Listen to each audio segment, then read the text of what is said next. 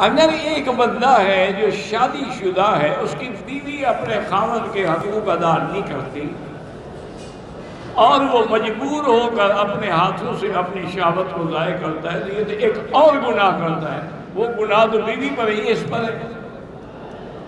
اگر بیوی آپ کے حقوق ادا نہیں کرتی تو ان کے بزرگوں کو بلا کے فیصلہ کرو، یا اس کے بعد جو ہے وہ اس کو چھٹی کر دو۔ میں آپ کو ایک لطیفہ سناؤں، کافی پرانی بات ہے۔ ایک بندہ میرے پاس آیا، وہ اپنی بیوی کو بھی ساتھ لے آیا، کہنے لگا کہ حضرت یہ میری بیوی ہے اور میں نے اپنی جائیداد بیچ کے اس کے ساتھ شادی کی ہے۔ اب مصیبت یہ ہے کہ یہ مجھے اپنے قریب ہی نہیں آنے دیتی۔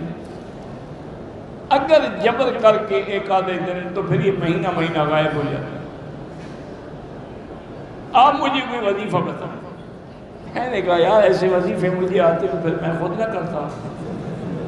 میں نے کہا دیکھو بات سنو۔ میں نے کہا بیٹی ایک بات میری یاد رکھو، اب تمہاری مرضی ہے، خامد کو آنے دو یا نہ آنے دو۔ جب میاں بیوی ملتے ہیں نا تو ایک کافر کو قتل کرنے کا ثواب ملتا ہے۔ میں نے کہا اچھا؟ میں کہا ہاں بالکل۔ وہ چلے گئے۔ اب جناب بیوی اس کو کہے دن میں بھی ملو رات میں بھی، دو کافر تو مارے کم از کم روز۔ اب 7-8 دن کے بعد خامد صاحب کی تو ہوا نکل گئی، وہ بلائے ہو گئے، بس سارے کافر ہم نے مار دیے۔ دنیا میں اور بھی تو بہت کافر ہیں۔ اس طرح کا تو عمل بتاؤ، اس کا کام ہو گیا الحمدللہ۔